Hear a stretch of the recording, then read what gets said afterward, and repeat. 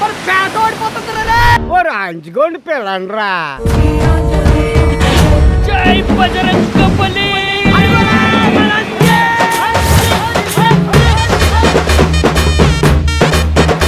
ధనంజయ్ చూస్తే వాళ్ళందరినీ బాగా ఎందుకంటే లుంగి కట్టి మా ముఠా మేస్త్రిలో చిరంజీవిలాగా అనిపించాడు నాకు. అంటే ఒక హీరో గుర్తొచ్చాయంటే నీలో ఒక హీరో ఉన్నాడు. మదర్ తెరేసా ఎంత చక్కగా నోరంతా తెరిచి ఆశీర్వదిస్తున్నారు ధనంజయ్. 1000 సభలు చూసి ఉంటాను. నేను నమ్మిన సరస్వతీదేవి సాక్షిగా చెప్తున్నాను, ఇంత అర్హులైన వ్యక్తులకి సన్మానం చేయడం చూడటం నా జీవితంలో ఇదే మొదటిసారి. ధనంజయ్ గారికి నేను పెద్దవాడిని కాబట్టి శిరస్సు ఉంచి నమస్కారం చేయలేను, కానీ ఆశీర్వదిస్తూ వీళ్ళు ఇంకో 100 సంవత్సరాలు బతకాలని, ఇలాగే అర్హులైన వాళ్ళకి సన్మానం చేయాలని కోరుకుంటున్నాను. ఈ పెద్దవాళ్ళందరూ మెచ్చుకుంటున్న ధనుంజయ్ విశాఖపట్నం నివాసి. వీరందరి చేత ఎంతలా మెప్పును పొందుతున్న ధనుంజయ్ జీవితం ఎంతో స్ఫూర్తివంతం. ఈ స్థాయికి రావడం వెనుక సినిమా స్టోరీని మించిన నిజ జీవిత గాథే దాగుంది. విజయనగరం జిల్లా పార్వతీపురంలో అతి సామాన్య కుటుంబంలో పుట్టాడు ధనుంజయ్. ఎప్పటికైనా గొప్ప నటుణ్ణి కావాలనే ఆశ ధనుంజయ్ది. తన ఆశకి తాను పుట్టి పెరిగిన కుటుంబానికి అస్సలు మ్యాచ్ కాదు. కష్టపడితేనే బతుకుబండి కదిలే కుటుంబం. చిన్నతనంలో అనేక ఆర్థిక ఇబ్బందులను ఎదుర్కొన్నాడు. కానీ బాల్యం నుంచే ఏదో సాధించాలి అనే తపన ధనుంజయ్ది. నా చిన్నతనంలో చిన్న చిన్న సౌకర్యాలు కూడా మా ఇంట్లో ఉండేవి కాదు. అంటే ఒక టీవీ కానీ లేకపోతే ఒక సైకిల్ కానీ అట్లీస్ట్ కరెంట్ కానీ ఇలాంటివి ఏవి ఉండేవి కాదు. అయితే ఎందుకు మా ఇంట్లో లేవు అనేది కూడా అప్పుడు పెద్దగా తెలియని పరిస్థితి. అందరిలాగా మా ఇంట్లో కూడా అన్నీ ఉండాలి, వేగంగా పెద్దోడిని అవ్వాలి, ఇవన్నీ కొనేసుకోవాలి, సాధించాలి అనేది ఒక్కటే థాట్ మైండ్లో ఉండేది. ధనుంజయ్ మెగాస్టార్ చిరంజీవికి వీరాభిమాని. 80 నుంచి 90వ దశకాల్లో తెలుగు ఇండస్ట్రీని ఏకఛత్రాధిపత్యంగా ఏలిన చిరంజీవి నుంచి ప్రేరణ పొందిన లక్షలాది మందిలో ధనుంజయ్ కూడా ఒక్కడు. నడిచే నడకలో, నవ్వే నవ్వులో, ఇచ్చే ప్రతి ఫోటో స్టైల్లో చిరంజీవి తప్ప తనను తాను చూపించుకోలేనంత పిచ్చి అభిమాని. తెర మీద చిరంజీవి స్టెప్పులేస్తుంటే నేల నుంచి ఈలలేస్తూ ఏకాంతంగా ఉన్నప్పుడు తనకు తానే సుప్రీం హీరోగా ఫీల్ అయిపోయే రకం. కుదిరితే ఎప్పటికన్నా తనని తాను తెరపై చూసుకోవాలనే కళా పిపాసి. కానీ రియాలిటీలో వీరిది పెద్ద కుటుంబం. ధనుంజయ్కు 2 తోబుట్టువులు, అమ్మ, నాన్న, పిన్నిలు, బాబాయిలు. ఆర్థికంగా పేదగాని ఆప్యాయతలో తన కుటుంబం చాలా గొప్ప. అందుకే చుట్టూ ఎప్పుడూ చుట్టాలే. ఇది కుటుంబ రియాలిటీ. మరి ఇలాంటి వాడు నటుడు కాగలడా? సాధారణంగా అయితే చాలా కష్టం. కానీ ధనుంజయ్ తన అభిమాన హీరో చిరంజీవి ఛాలెంజ్ సినిమానే నిజ జీవితంలోనూ చూపించాలనుకున్నాడు. మాది చాలా పెద్ద కుటుంబం. సో వచ్చిన డబ్బులు ఆ కనీస అవసరాలకే సరిపోయాయి. నాకైతే బోల్డ్ అన్న ఆలోచనలు, కోరికలు ఏదో చేసేయాలని తపన ఉండేది. అయితే మేము చేసిన ఆర్టికల్స్కి అక్కడ పెద్దగా డిమాండ్ ఉండేది కాదు. ఒక ఫ్రెండ్ చెప్పిన సలహా మేరకు, లేదురా ఇక్కడ కాదు, నువ్వు వైజాగ్ వెళ్తే బాగుంటుంది, నీకు అక్కడ నీ వర్క్కి డిమాండ్ ఉందని ఆయన చెప్పడం. అనేసరికి వైజాగ్ ఎలా వెళ్ళాలి, ట్రైన్ ఎక్కాలో బస్సు ఎక్కాలో కూడా చాలా కన్ఫ్యూజ్ మాట. సో ఏదో రకంగా కొద్ది రోజులు ఆలోచించి సరే వైజాగ్ వెళ్దాం, ఎలా అయితే అలా చేద్దాం అని చెప్పేసి నేను వైజాగ్ రావడం. ఇక్కడ చూస్తే ఈ ప్రపంచం, ఈ మనుషులు అంతా కొత్తగా ఉండడం చాలా ఒక రకంగా టెన్షన్, భయంతో ఉండేది. అయితే నేను చేసే ఆర్టికల్స్ ఇక్కడున్న, అంటే ఇది ఎవరు కొంటారు, అసలు మార్కెట్ ఏంటి, ఎలా అసలు దీన్ని ముందుకు తీసుకెళ్లాలో కూడా అసలు ఏ ఐడియా లేదు. కానీ రియల్ హీరో కాదు, రియల్ లైఫ్లో హీరో కావాలనుకున్నాడు. ముందు ఇంట గెలిచి తర్వాత రచ్చ గెలవాలని ఎప్పటికప్పుడు తన మైండ్లో రీల్ తిప్పుకున్నాడు. సినిమా సినిమా అని తిరిగితే తనతో పాటు తన కుటుంబం కూడా రోడ్డును పడుతుందని గ్రహించాడు. అందుకే ముందు జీవితంలో నిలదొక్కుకోవాలి అనుకున్నాడు. ఆ తర్వాతే తన ఇష్టాన్ని నెరవేర్చుకోవాలనుకున్నాడు. అది అక్కడి నుంచి అసలైన సినిమా మొదలైంది. పార్వతీపురం నుంచి వైజాగ్ అయితే వచ్చేసాను, కానీ ఇక్కడ సిచ్యువేషన్ అంతా చాలా తారుమారుగా ఉన్నది. అంటే ఎవరు కొనేవారు కాదు. ఏంటిది, ఎక్కడ చేసావు ఏంటి అన్నట్టుగా ఒక వెటకారంగా మాట్లాడేవారు. పైగా నాకు కూడా మాట్లాడే పెద్ద వచ్చేది కాదు. సో మార్కెటింగ్ అంటే అసలు తెలియదు. సో ఆ పరిస్థితుల్లో అంటే గట్టిగా మాట్లాడితే ఒకవైపు ఛార్జీ ఉండి ఇంకోవైపు అసలు ఛార్జీ కూడా ఉండేది కాదు. సో అలాంటి స్ట్రగుల్ ఫేస్ చేసి నేను ఇది అమ్మాలి, నాకు డబ్బులు రావాలి, అప్పుడే నేను మళ్ళీ పార్వతీపురం వెళ్ళాలి, అంత పెయిన్ఫుల్గా ఉండేది. అంటే ఒక 2-3 రోజులు ఇక్కడ ఉంటే ఆ భోజనం ఖర్చులు కానీ, ఆ రాత్రి పడుకోవడం, ఎక్కడ పడుకోవడం అక్కడ చాలా కన్ఫ్యూజ్గా ఉండేది. సో అలాంటి రోజులు అయితే చాలా వరకు ఫేస్ చేసి నానా నరకయాతనలో ఉండేది. సో ఆ టైంలో ఏదైనా జరిగితే బాగున్నాను, ఏం చేస్తున్నాను, నేను ఏం చేస్తున్నాను కూడా నాకు అర్థమయ్యేది. అలాంటి పెయిన్ఫుల్ రోజులు అయితే కనుక అసలు హారిబుల్. బతుకు తెరువు కోసం విశాఖకు చేరుకున్నాడు. 1 కాదు 2 కాదు, ఏకంగా 20 సంవత్సరాల పాటు తనకు చేతనైన చేతివృత్తిని నమ్ముకున్నాడు.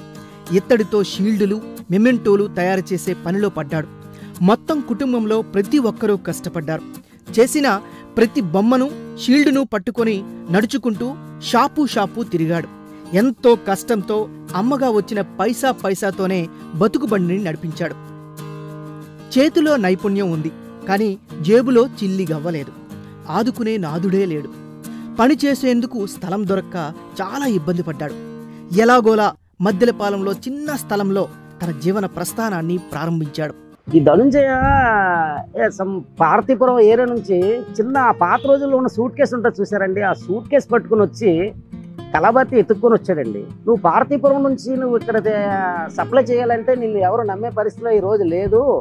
సరే నీకు నేను 100% సపోర్ట్ చేస్తానని మా మేనేజర్ గారు పాపం చనిపోయారు, భాస్కరరావు గారు అని, ఆయనకి సార్ సోయిన్సో నేను చెప్పాను ఈ అబ్బాయి కోసం. దగ్గర 350 రూపాయలు 450 రూపాయలు చిన్న షెడ్డు, ఒక షెడ్డు నేను రెంట్కి తీసుకొని, తమ్ముడు నీ కోసం నేను రూమ్ తీసుకున్నాను, నువ్వు ఇక్కడికి వచ్చే ఇమీడియట్గా అని చెప్పేసి నేను చెప్పాను అనమాట. చెప్పడంతో వాడేం చేశాడు, అయితే అలాగే అని రెడీ అన్నాడు. అంచెంచెలుగా ఎదిగి ఈరోజు బ్రహ్మాండమైన స్థాయిలో ఉన్నాడు.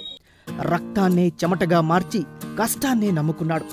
ఎదురైన ప్రతి సవాళ్లను ధైర్యంగా ఎదుర్కొన్నాడు. పైసా పోగేశాడు. ఓర్పుతో నేర్పుతో వ్యాపారంలో నిలదొక్కున్నాడు. కనీసం 20 ఏళ్లు కూడా నిండని వయస్సులో మొత్తం కుటుంబ భారాన్ని తన భుజాలకు ఎత్తుకున్నాడు. ఎలాగైనా కష్టపడి జీవితంలో గెలవాలనుకున్నాడు ధనుంజయ్. నేను చదువుకోలేదు, ఈ బిజినెస్ పెట్టాము. ఆవిడ బాధ్యత తీసుకొని డెవలప్మెంట్ బాగా చేశాడు. నేను పక్క నుండి పని చేసినంత వరకే నాకు తెలిసింది, కానీ తక్కిందల్లా మరి ఆడే చూసుకున్నాడు. అది బాధ్యత గల మనిషికి చిన్నప్పుడు కానీ బాగా కష్టం అనేది తెలిసేది. స్థాయికి వచ్చేటువంటి సామాన్యంగా రాలేదు. చాలా పెద్దలు చెప్తుంటారు, కింద నుంచి వచ్చిన వాళ్ళు మేము కానీ మధ్యలో నుంచి వచ్చిందో లేదా తొలకాంచి మా తాతల తండ్రులు సంపాదించింది ఏం లేదు. 18 ఏళ్ల వయస్సులోనే తన చెల్లిళ్ల పెళ్లి పేరంటాల బాధ్యత తనదేనని, మీరు భయపడకండని తన తల్లిదండ్రులకు భరోసా ఇచ్చాడు. మేము ఏ పూర్వజన్మలోనూ ఏ పుణ్యం చేసుకున్నామో మాకు అలాంటి బిడ్డని భగవంతుడు మాకు ఇచ్చాడు. కాబట్టి మేము చాలా కూడా గర్వపడుతున్నాము. నా కొడుకే కానీ లేకపోతే మేము లేవు నాన్న. భగవంతుడికి దండం పెట్టమన్నా మా ఇద్దరికి దండం పెడతాడు, కానీ భగవంతుడు మనం చేసే పనిలో ఉంటాడమ్మా. భగవంతుడికి మూలలు దండం పెట్టేసి మనం ఏమి చేయకుండా ఉంటే మనకి ఎలాగవుతుంది? మనం చేయవలసింది మనం చేస్తే మన అంటే దేవుడు ఉంటాడు అనే మనస్తత్వం బాబుకి. వాళ్ళ నాన్న చదువులేక చదువుకోక, వాళ్ళ నాన్నకి అంత తెలియక అంత యాతన, ఏ పిల్లడు కూడా అంత యాతన పడలేదమ్మా. ఎప్పుడు కూడా నా కొడుకు అనకుండా ఆడి తల్లిని నేను అనుకుంటే నాకు అంత ఆనందం. తన ఇద్దరి చెల్లెలకు అమ్మలోని మొదటి అక్షరం, నాన్నలో రెండో అక్షరాన్ని తానే అయ్యాడు. అన్నగా చెల్లెలకు పెళ్లిళ్ళు చేశాడు. వాళ్లకు గౌరవప్రదమైన జీవితాన్ని అందించాడు. నాన్న తర్వాత నాన్నలాగా వచ్చాడు మా అన్నయ్య. ఫస్ట్ నేను అన్నయ్య వచ్చాం. అసలు వైజాగ్ రావడం మాత్రం చాలా భయపడి వచ్చాం. కానీ వాడి వల్లే మేము అందరం ధైర్యంగా ఇంత దీనిగా ఇన్ని సంవత్సరాలు ఇంత దీనిగా ఇప్పటికీ కూడా వాడి ధైర్యమే మాకు ఉంది. నైటు అనగా నిద్ర లేకుండా ఎంతో ఎన్ని రాత్రులు నిద్ర లేకుండా కష్టపడితే ఎంత తోడయ్యాం అనేది అప్పుడప్పుడు గుర్తు చేసుకుంటాం అన్నమాట. మా అక్కకి నాకు వాడే పెళ్లి చేశాడు. ఒకలా చెప్పాలంటే అమ్మ నాన్న ఎంతో, అన్నయ్య అంతకన్నా ఎక్కువ. ఇప్పుడు వరకు కూడా మా బాధ్యతని వాడే చూసుకుంటున్నాడు. మా ఫ్యామిలీలో అందరికన్నా వాడే ఒక మంచి ధైర్యం అందరికీ కూడా. ఏ సమస్య వచ్చినా సలహా కోసం అయినా మంచిగా చెడ్డైనా వాడినే అన్నీ అడుగుతాం. మంచి సలహాలు ఇస్తాడు, ధైర్యం చెప్తాడు, బాగా చూసుకుంటాడు. మమ్మల్ని, మా పిల్లల్ని, మా ఫ్యామిలీని కూడా బాగా చూసుకుంటాడు. పని బాగానే ఉంది, డబ్బులు బాగానే వస్తున్నాయి. కానీ మనసులో మనోడికి నటుణ్ణి కావాలన్న కోరిక మనసుని దులిచేస్తోంది. ఏం చేయాలి? తన ఇష్టాన్ని ఇంకా ఎంతో కాలం పోస్ట్ పోన్ చేయలేడని తెలుసుకున్నాడు. హైదరాబాద్ ప్రయాణమయ్యాడు. ఎన్నో ఒడిదుడుకుల తర్వాత మొత్తానికి బిజినెస్లో ఏదో రకంగా సెట్ అయ్యాను, కొంచెం డబ్బులు వస్తున్నాయి. సో అలా అయితే లోపలెప్పుడో చిన్నప్పటి నుంచి ఉండే ఒక సినిమా మీద ఇష్టం ఉండిపోయింది. ఒకసారి హైదరాబాద్ వెళ్దాం, అసలు అనిపిస్తుందా, అసలు పనికి వస్తానా పనికిరానా ఒకసారి చెక్ చేసుకుందాం అని చెప్పేసి ఒకసారి హైదరాబాద్ కూడా వెళ్ళాను. హైదరాబాద్ వెళ్ళిన తర్వాత అక్కడ ప్రపంచం ఇంకా వేరేగా కొత్తగా ఉంది. రకరకాల ఇన్స్టిట్యూట్లు తిరగడం, ఎవరు యాక్టింగ్ నేర్పిస్తారు, ఎలా స్టార్ట్ చేయాలో కూడా తెలియదు. సో ఆ రకంగా ఎన్నో ఇన్స్టిట్యూట్లు తిరిగిన తర్వాత మన అక్కినేని నాగేశ్వరరావు గారి పేరు మీద అన్నపూర్ణ స్టూడియోలో మా దీక్షిత్ గారు ఎయిమ్ ఇన్స్టిట్యూట్ అనేది ఆడిషన్స్ జరుగుతున్నాయని ఎవరో చెప్పడం, నేను వెళ్ళి ఆడిషన్స్లో పాల్గొని మొత్తానికి యాక్టింగ్ కోర్సులో జాయిన్ అయ్యాను.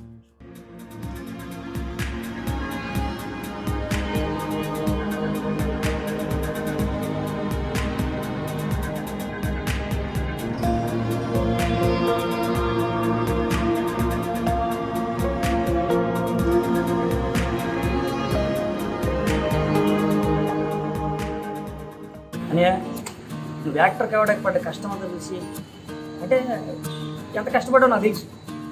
ఏం చేసినా చిరంజీవి గారికి వచ్చేసేది. దాన్ని ఓవర్కమ్ చేయడానికి నువ్వు పడ్డ తపన చాలా ఎక్కువ చెప్పినట్టు ఉంటుంది. సమయపాలన, సంపాదన, సంస్కారం కలగలిసిన ముద్దలాంటి పెద్దన్న లాంటి ఈ స్ఫూర్తితోనే నువ్వు ఏ ఉద్దేశంతో అయితే హైదరాబాద్ వచ్చావో ఆ పనిలోకి, సినిమా రంగంలోకి గట్టిగా వస్తామని ఆశిస్తాను. ఆ దశలోనే ధనుంజయ్ చాలా జాగ్రత్తగా తన జీవితాన్ని ప్లాన్ చేసుకున్నాడు. కేవలం సినిమాలపై ఫ్యాంటసీతో రైలెక్కి హైదరాబాద్ వచ్చేసే వేలాది మందికి భిన్నంగా ఆలోచించాడు. సినిమా రంగాన్ని, అక్కడుండే పరిస్థితుల్ని బాగా గమనించాడు, అంచనా వేసుకున్నాడు. హైదరాబాద్లో ఫిల్మ్ యాక్టింగ్ కోర్సు చేసిన తర్వాత అక్కడ పరిస్థితి మొత్తం గమనించాను. సో ఏ బ్యాక్గ్రౌండ్ లేని నాలాంటి నిలదొక్కుకోవడం అంత ఈజీ కాదు. నాలాంటి సినిమా పిచ్చోళ్ళు కొన్ని వేల మంది కృష్ణనగర్లో తిరుగుతున్నారు. అలాగే ఫోటోలు పెట్టుకొని రకరకాల ఆఫీసుల చుట్టూ తిరగాలి. సో ఒక 3 నుంచి 5 ఏళ్ళనే కనీసం పడుతుంది. అప్పుడు కూడా గ్యారంటీ లేని సిచ్యువేషన్ అక్కడ కనిపిస్తుంది. సో ఇంట్లో చేయవలసిన రెస్పాన్సిబిలిటీస్ చాలా ఉన్నాయి. అలాగే ఇంతవరకు నేను కష్టపడి నిలబెట్టిన బిజినెస్ కూడా డిస్టర్బ్ అవుతుందని అనిపించి ఇది నాకు సెట్ కాదు ఇప్పట్లో అని చెప్పేసి నేను మళ్ళీ హైదరాబాద్ నుంచి వైజాగ్ వచ్చేసాను.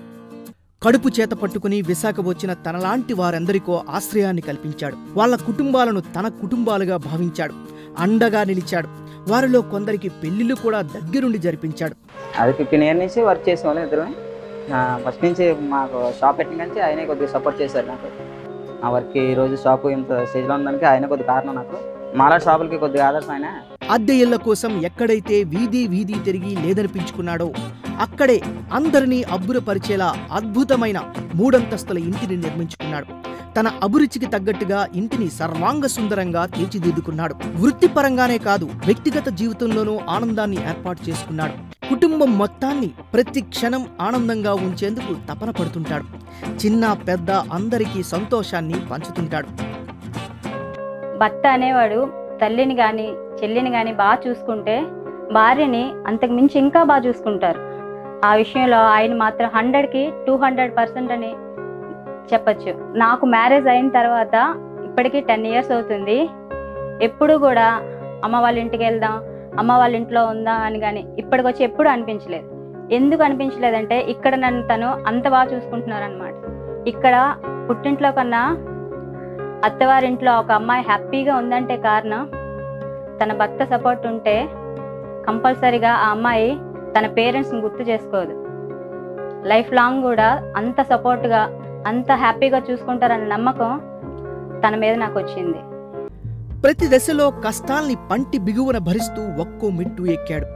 కష్టం తెలిసినవాడు, అందుకే ఎదుటివారి కష్టాలకు చలించిపోతాడు. ఆపదలో ఉన్నవారి పట్ల సానుభూతి చూపిస్తాడు. అవకాశం ఉన్నంతలో తన వంతు సాయం చేయడానికి ఎప్పుడూ వెనకాడడు. తను బైక్ వచ్చి తన వెనకాతలు ఉన్న వాళ్ళు కూడా బయట తీసుకొచ్చాడు. తనను చూస్తే ప్రతి ఒక్కరు కూడా కష్టపడి బైక్ రావాలని ఒక ఆలోచన మాత్రం ఉంటుంది.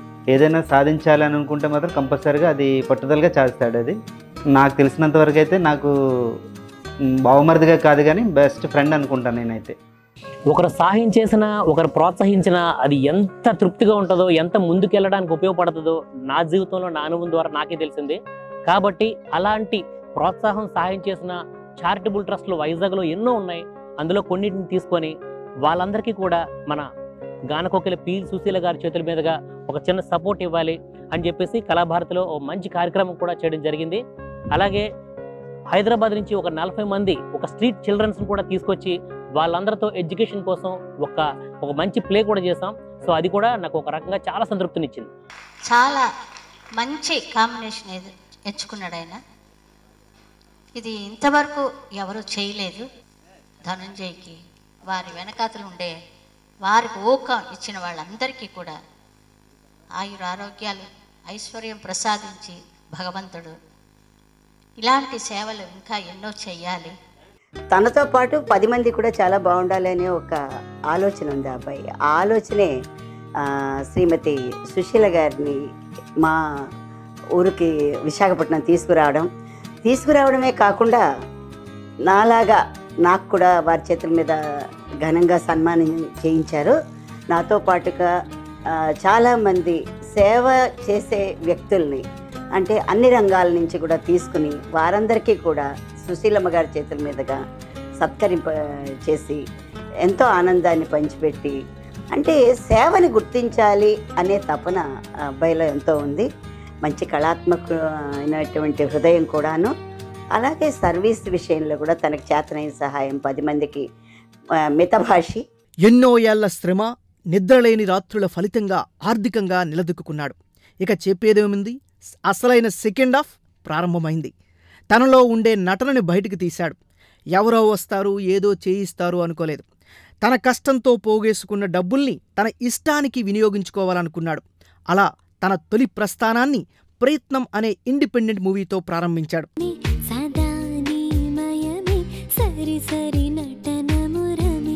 ఎక్కడే నీ హీరో?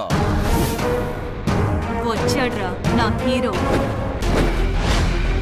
సముద్రంలో అలాడికి ఆట ఉంటది, పోటు ఉంటది. ఈ అంజిగాడికి పోటు ఒక్కటే ఉంటది. వాడి పోటేంటో చూడండిరా.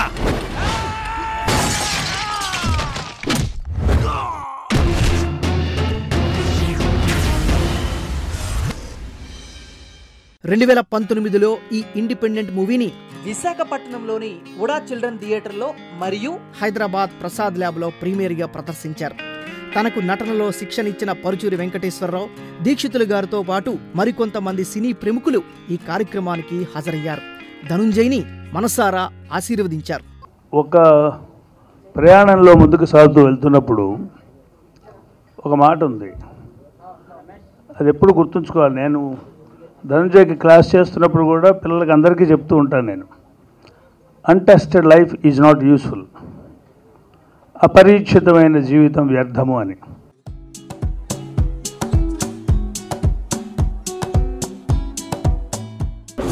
అది పిన్న వయసులోనే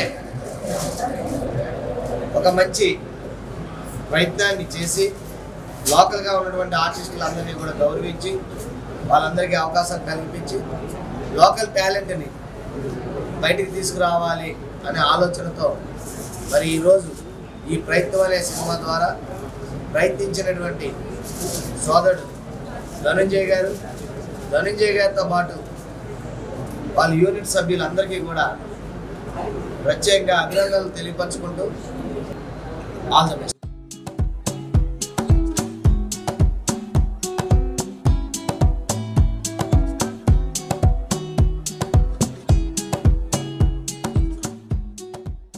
మంచి టీంని ఎన్నుకుని ఆ టీంలో మన సునీల్ కుమార్ ఇట్లాంటి వాళ్ళందరినీ కూడా ఇందులో ఇంక్లూడ్ చేసుకుని ప్రయత్నాలు కొనసాగించాలని, ఆ ప్రయత్నాలన్నీ సఫలీకృతం కావాలని మనసారా కోరుకుంటున్నాను.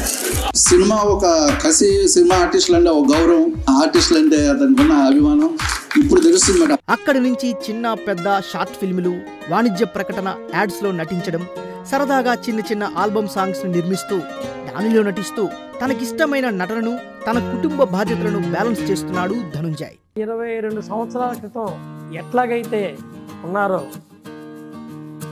ఎదిగారు. ఎట్లా ఎదిగారంటే 10 మందికి పరిచయం అయ్యారు, 10 మందికి ఉపాధి కల్పించారు, 10 మందికి తెలిసారు. ఎప్పుడు కూడా వివాదాలు లేకుండా తనకి ఏమైనా ఆర్డర్ ఇస్తే ఇన్ టైంలో ఇవ్వటం. ఈ విశాఖ జిల్లాలో ఎంతోమంది ఉన్నారు ఈ జ్ఞాపికలు తయారు చేసేవాళ్ళు. కానీ ఇవాళ జ్ఞాపిక అంటే ధనుంజయ్. ఆ స్థాయికి వెళ్ళాలంటే ఎంత ఆయన ఒబీడియంట్గా ఉండి అందరి దగ్గర, నిజంగా అది గ్రేట్ అండి. మరి ఆయన సినీ పరిశ్రమ కూడా వచ్చారు. బేసికల్గా ఆయన చిరంజీవి అభిమాని. ముఖ్యంగా ఆయన నాటకం నేర్చుకున్నారండి. సొంతంగా సైకిల్ ఉంటే అబ్బా చాలు అనుకునే రేంజ్ నుంచి ఫోర్డ్ కారులో తిరిగే స్థాయికి ఎదిగాడు. ఎంత ఎదుగుతున్నా ఒదిగే ఉంటున్నాడు. అడికెళ్ళినప్పుడు ఏంటంటే అనుకోకుండా అతని జేబులో ఉన్న పర్స్ పడిపోయింది. అందులో అమౌంట్ ఉంది, మిస్ అయిపోయింది. ఎంజాయ్ చేస్తున్నప్పుడు ఆయన డల్గా కూడా లేరు. తర్వాత తెలిసింది పర్స్ పడిపోయిందని. ఏంటి బాబు గారు పర్స్ పడిపోయింది అని చెప్తే మేము ఎదుగుదాం కదా అని. ఎంతమంది ఆనందంగా ఉన్నారు కదా, నా పర్స్ పడిపోయిందని అంటే అందరికీ డిసప్పాయింట్ అవుతుంది కదా. ఆ బాధను నాలోనే ఉంచుకుంటాను, ఆనందాన్ని అందరూ షేర్ చేస్తాను అని చెప్పారు. ఆ ఒక్కట్లో అప్పుడు ధనంజయ్లో ఉన్న స్థితప్రజ్ఞత కలిగిన వ్యక్తిని, ఒక స్నేహితుడిని నేను చూసి యజమాని స్థానంలో ఉన్నాను కదా అనే భావన ఎక్కడా కనపడనివ్వడు. ఇప్పటికీ తన వర్క్షాప్లో ఎవరైనా పనికుర్రాడు రాకపోతే నిర్మోహమాటంగా కింద కూర్చుని పనిచేస్తుంటాడు. జీవితంలో ఒక్క మెట్టెక్కితేనే నా అంత తోడు లేడని రేంజుల కోసం మాట్లాడి ఎంతో మందికి తన జీవన విధానంతోనే సిగ్గుపడేలా చేస్తుంటాడు ధనుంజయ్.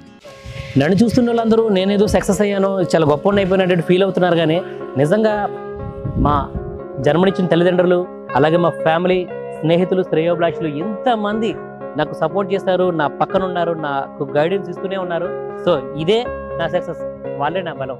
మంచి కళలు organization achievement award, Vizag young achievers అవార్డుతో పాటు అనేక ప్రోత్సాహకాలు ధనుంజయ్ని వరించాయి.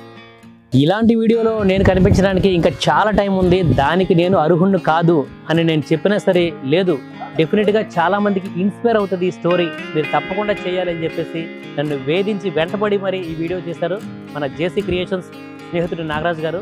సో ఆయనకి ప్రత్యేకంగా నా ధన్యవాదాలు. కళలు అందరం కంటాం, కానీ కొందరు మాత్రమే వాటిని నెరవేర్చుకుంటారు. ధనుంజయ్ మంచి కళలు కంటున్నాడు, ఇష్టంతో కష్టపడుతూ వాటిని నెరవేర్చుకుంటున్నాడు. మరో కొత్త కళ కనేందుకు సిద్ధపడుతున్నాడు. ఎంతో మంది యువకులకు తన జీవన గమనంతో స్ఫూర్తిని నింపుతున్నాడు ధనుంజయ్.